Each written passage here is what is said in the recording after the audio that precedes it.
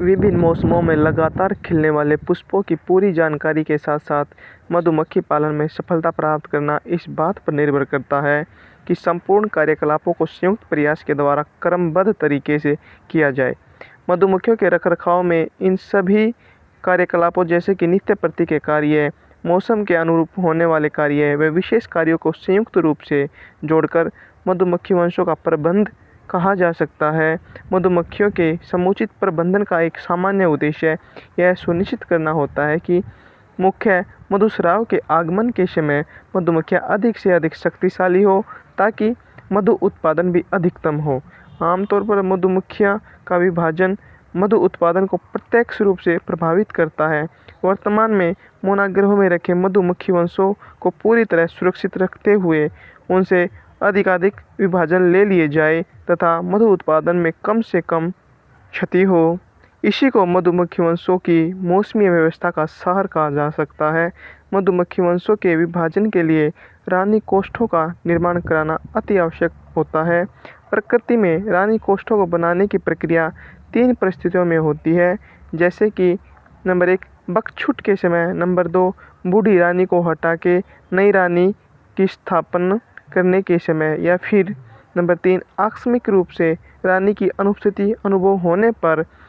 मधुमक्खी वंशों में होने वाले इन स्थितियों की जानकारी का वर्णन पूर्व में दिया जा चुका है। बकछुट एक ऐसी ही सहज प्रवृत्ति है जिसके द्वारा प्रकृति के बड़े स्तर पर मधुमक्खी वंशों में विभाजन होता है। एक मधुमक्खी पालक के लिए रानी कोष्ठों के बनने में सहायक परिस्थितियों के बारे में जानना अत्यंत जरूरी होता है, जो मधुमक्खी वंश के अंदर संपन्न होती है व बाह्य वातावरण द्वारा प्रभावित भी।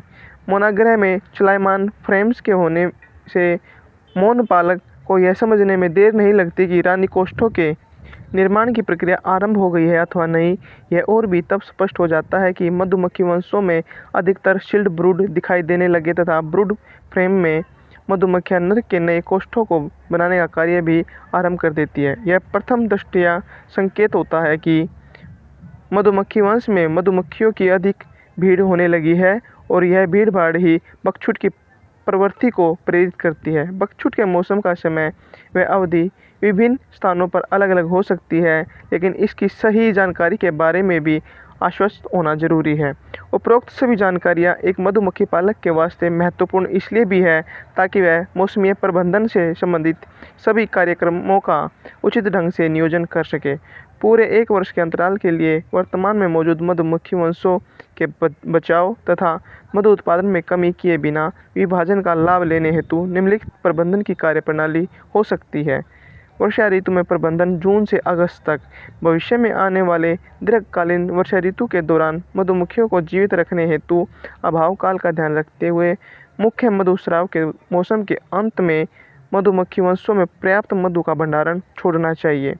मधुमक्खी वंशों को वायु के तेज प्रभाव व बारिश के थपेड़ों से पूर्णतः सुरक्षित रखना चाहिए तथा उन दुश्मनों से बचाव भी जो मधुमक्खी ग्रहों के अंदर घुसने का प्रयास करते हैं। साथ ही स्वच्छता का पूरा ध्यान रखना चाहिए जिससे कि वर्ष के उपरांत होने वाली किसी भी परेशानी से बचा जा सके। बरसात के मौसम में मधुमक्खी ग्रहों में उलटकर प्रयोग करने वाले तलपटले बहुत ही उपयोगी होते हैं। प्रत्येक सप्ताह में कम से कम 1 बार तलपटलों को हटाकर सुखा ले तथा उलटकर पुनः यथास्थान लगा देने से मोमी कीड़ों के प्रकोप में तो कमी आएगी ही, साथ ही अस्वस्थता भी नहीं रहेगी। आमतौर पर मुख्य रूप से अधिकतम बरसात की अवधि तो अगस्त माह के मध्य तक समाप्त होने को होती है, तब बीच बीच में अब खुली धूप भी दिखाई देती है।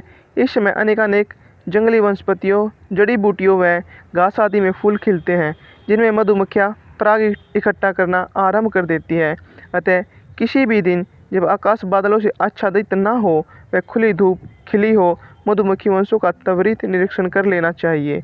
मधुमक्खी वंशों में यदि मधुमक्खियां ने एक आध छत्ते को जो काले हो गए हो छोड़ रखा हो तो उन्हें हटाकर उनके स्थान पर मोमी छत्ताधार की पट्टियां लगे फ्रेम देने चाहिए।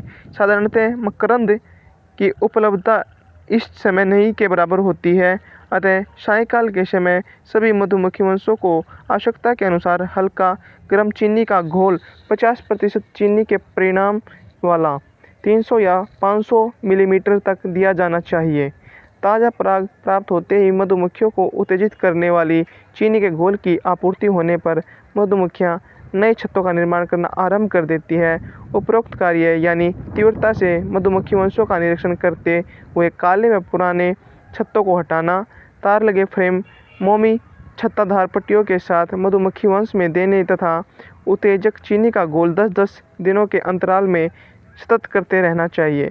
इस प्रकार मधुमक्खी वंशों में सभी पुराने छत्तों को बदलने का कार्य सितंबर माह के मध्य अथवा अंत तक पूरा हो जाएगा। साथ ही मधुमक्खी वंशों में नई क्रमस्थ मधुमक्खियों की उपस्थिति शील्ड व अनशील्ड ब्रूड के साथ सुनिश्चित सी हो जाएगी। साधारणतः मधुमक्खी वंशों में बूढ़ी व थकी मधुमक्खियों का जमघट से बच जाता है, लेकिन उपरोक्त विधि द्वारा छत्ता को बदलते ही रानी मधुमक्खी अंडे देना प्रारंभ कर देती है तथा युवा बाह्य कार्य करने वाली कर्मठ मधुमक्खियों की संख्या अपेक्षाकृत बढ़ जाती है, जिसका लाभ बरसात के पश्चात आने वाले लघु मधुस्राव के समय मिलता है। उपरोक्त प्रबंधन के तरीके से वर्षा ऋतु के बाद मधुमक्खियों के लुप्त होने व घर छूट करने की प्रवृत्ति को भी रोका जा सकता है।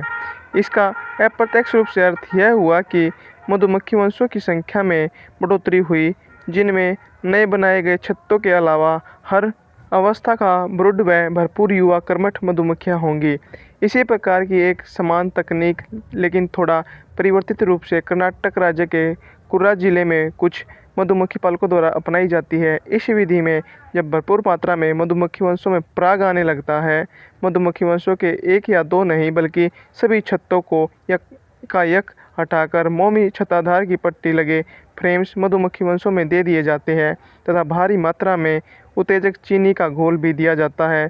इस विधि को अपनाने से एक लाभ यह भी होता है कि मधुमक्खियों में पाए जाने वाले बहुत से डिंबों के रोग तथा मोमी कीड़ों के प्रकोप को नियंत्रण में किया जा सकता है।